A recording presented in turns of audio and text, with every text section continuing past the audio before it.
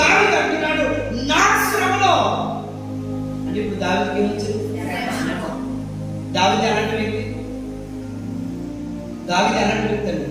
దేవారాత్రులు దేవుణ్ణి స్తుతించిన వ్యక్తి, దేవారాత్రులు దేవుని కొనియాడిన వ్యక్తి, కన్నీళ్లు కాచిన వ్యక్తి, స్తుతించిన వ్యక్తి, దేవుణ్ణి ఆరాధించిన వ్యక్తి, మంచి భక్తి చేసిన వ్యక్తి. అలాంటి వ్యక్తికి ఏమొచ్చింది? నిజమైన క్రైస్తవులకి ఏం రాక తప్పవు? శ్రమలు రాక తప్పవు. నిజమైన దేవుని బిడ్డలకు శ్రమలు రాక తప్పవు. దేవునికి స్తోత్రం.